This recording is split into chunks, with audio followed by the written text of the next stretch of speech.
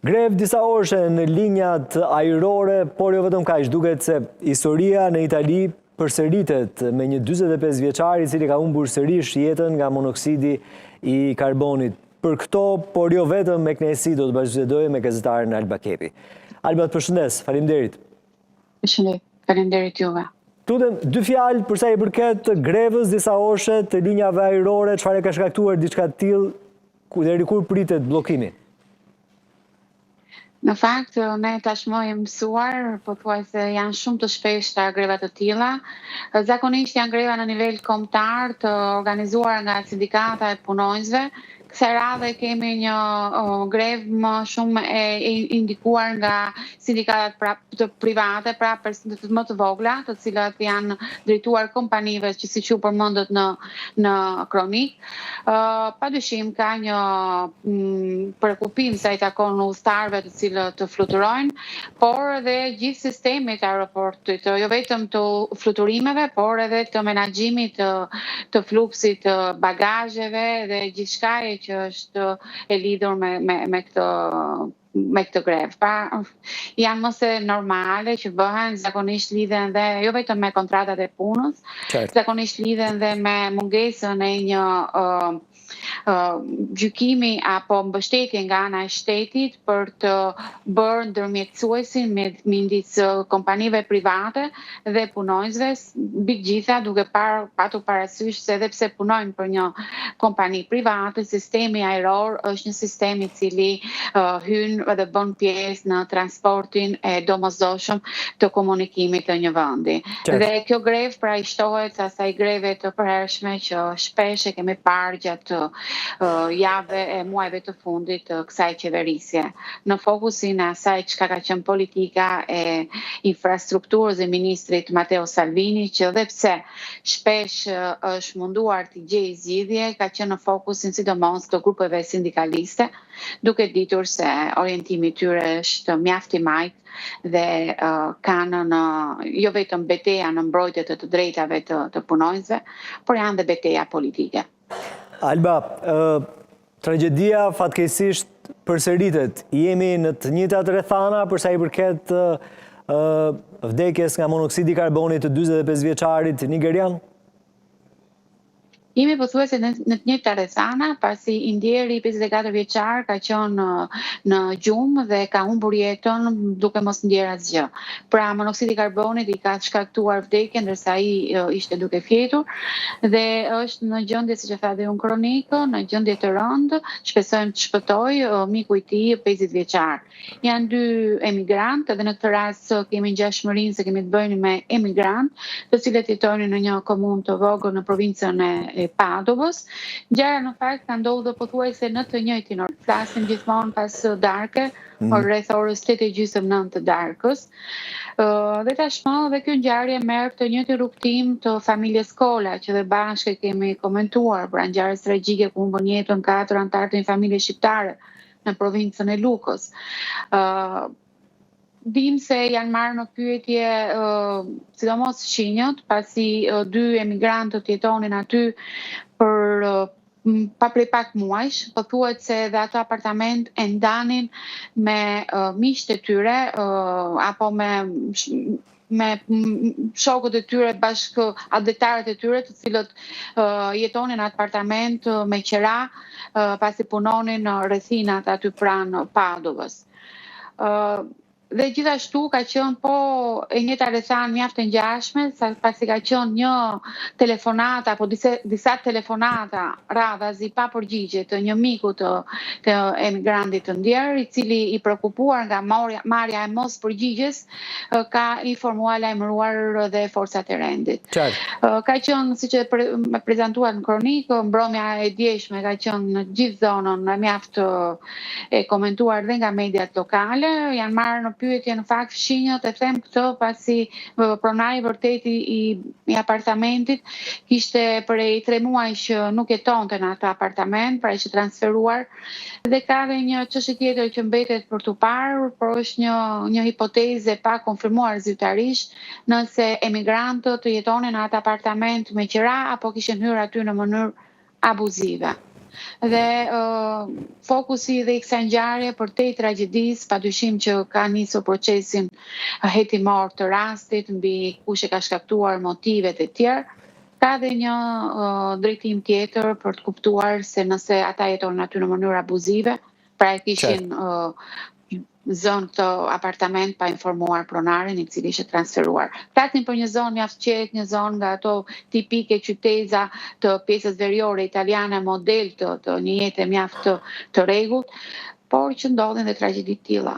Padyshim, por që përsëritet në një harë kohor shumë të shkurtër, Alba, edhe më herët ka ndodhur vdekje nga monoksidi i karbonit, duke qenë se në Itali ngroja, por gjithashtu edhe le themi gatimi përdor monoksidin e karbonit. A ka ndonjë reagim nga ana e autoriteteve, duke qenë se tragjedit përsëriten, humbja jete nga një familje shqiptare, në rastin konkret të një emigranti tjetër nga Nigeria? Padyshim, tani më gjithçka është në duart ka ndodhur vetëm nuk kemi mbushur akoma 24 orë, ka ndodhur mbrëm në darkë rreth orës 9 të darkës. Reagim padyshim është reagim solidariteti, tipik i rasteve të tilla, të komunitetit dhe gjithçka e tjetër. Por, siç e kemi komentuar dhe bashkë, në rastin e një sistemi ngroje në mënyrë autonome brenda apartamentit, gjithçka mbetet përgjegjësi i pronarit banesës. Prandaj dhe cilësova se sa e rëndësishme është për kuptuar dhe në këtë rast për te i tragjedisë dhe fakti nëse kush ka qenë përgjegjës për të menaxhuar këtë sistem ngroje brenda atij apartamenti. Nëse do të ishte një sistem i përgjithshëm, pra varet se ka qenë, jo autonom privat, aty do të shkohet më tej për të kuptuar nëse ka prekur dhe sistemi ngrohës të gjithë pallatit. Por fakti se monoksidi i karbonit ka shpërthyer brenda vetëm një apartamenti, do të kuptohet që kemi të bëjmë për një përgjegjësi autonome të pronarit banesës për të kuptuar se çfarë nuk ka funksionuar në atë sistem ngroje. Alba, doja dy pyesja gjithashtu edhe për një tjetër ngjarje, gjithashtu të rëndë, të ndodhur disa ditë më parë, një konflikt midis djalit dhe nënës ka përfunduar tragjikisht. 20 vjeçari, duke menduar se e ka vrarë maman e tij, është hedhur në det, në mos gaboj trupi është gjetur vetëm disa ditë më parë, ndërkohë që ëma gjendet në gjendje të rëndë, paktën këto janë informacionet në vija të përgjithshme. Çfarë ka shkaktuar këtë konflikt, Alba? Ricardo Mërkuri, 20 vjeç, trupi është gjetur 38 orë pasi ishte shpallur në kërkim nga familjarët. Një festë për 20 vjetorin e tij, një darkë familjare me nënën dhe babain, ka dhe një vëlla tjetër, por atë mbrëmje nuk ishte i pranishëm, që ka gjeneruar në një sherr familjar. Më pas babai ka dalë nga babanesa për të pirë një cigare, ndoshta nga mërzitja e këtij sherri. Dhe më pas ulërima, thirrje, zhumë e madhe nga apartamenti, sa fshinjët kanë lajmëruar forcat e policisë dhe gjejnë Albana Kastrioti, nënën e Ricardos, në banjo, e mbuluar me gjak. Dhe Ricardo, i cili kishte larguar nga shtëpia. Dim se kishte marrë autometin e tij, Mercedes, dhe ishte zhdukur, larguar dhe nuk po gjendej për 38 orë. Mbas 38 orësh është mundur të identifikohet autometi i tij brenda portit të Civitanova marke. Aty menjëherë ka qenë mjaft vendimtare analiza e të gjithë telekamerave të sigurisë brenda zonës portuale dhe kanë parë një tjetër skenë dramatike. Ricardo, i cili lë hapur dyert e autometit, zbret dhe hidhet në det, më pas del nga deti dhe heq xhupin. Supozohet me shumë gjasa xhupi, duke qenë një xhup me pupla, mund t'i ketë shkaktuar jo pengesë në atë gestin ekstrem që kërkonte të kryente, dhe hidhet për herë të dytë dhe kryen aktin ekstrem të vetvrasjes. Trupi gjendet përmes një pune mjaft të madhe dhe të rojës brendetare, duke marrë dhe instrumenta të teknologjisë avancuar, drona, për të gjetur, për të rekuperuar trupin, dhe mjeku ligjor konstaton se vjen vdekja nga temperaturat mjaft të ulta të ujit dhe nga vetmbytja. Konstatohet pra vdekja për këtë motiv dhe nis gjithë praktika hetimore. Mendohet pra ose motivi kryesor është se duke parë nënën, duke goditur nënën e tij me nuk dihet ende me çka ka goditur në kokë, duke shkaktuar thyrjen e nofullës dhe duke menduar se nënan e kishte vrarë në këtë gjendje të fortë të rëndë psikologjike, ka kryer këtë gest vetvrasje. Nëna ndodhet në gjendje kome farmakologjike, është tipike e rasteve ku merret goditja në kokë, bëhet për të stabilizuar të gjitha parametrat jetësor të pacientit dhe pritet që brenda pak ditëve, në mos edhe brenda kësaj jave, të kryhet edhe ndërhyrja kirurgjikale pasi ka të thyer nofullën. Një ngjarje e cila nuk ka lënë shumë vend për të komentuar sa i takon raportit familjar, pasi ka qenë babai i Ricardos, që shkurt për mediat lokale ka thënë se kohët e fundit e kishte parë djalin e tij mjaft të stresuar, ndoshta për një lidhje dashurie me dikë tjetër apo për probleme që kanë të rinj 20 vjeçar. Dhe kjo kishte shkaktuar ditët e fundit her pas here debate me familjen, me prindrit dhe me nënën, dhe ndoshta ky ka qenë dhe momenti i këtij debati. Thuhet se ndoshta ka qenë nëna që ka insistuar të ketë edhe një konsult psikologjike të djalit të tij dhe ndoshta edhe kjo ka qenë një motiv më shumë.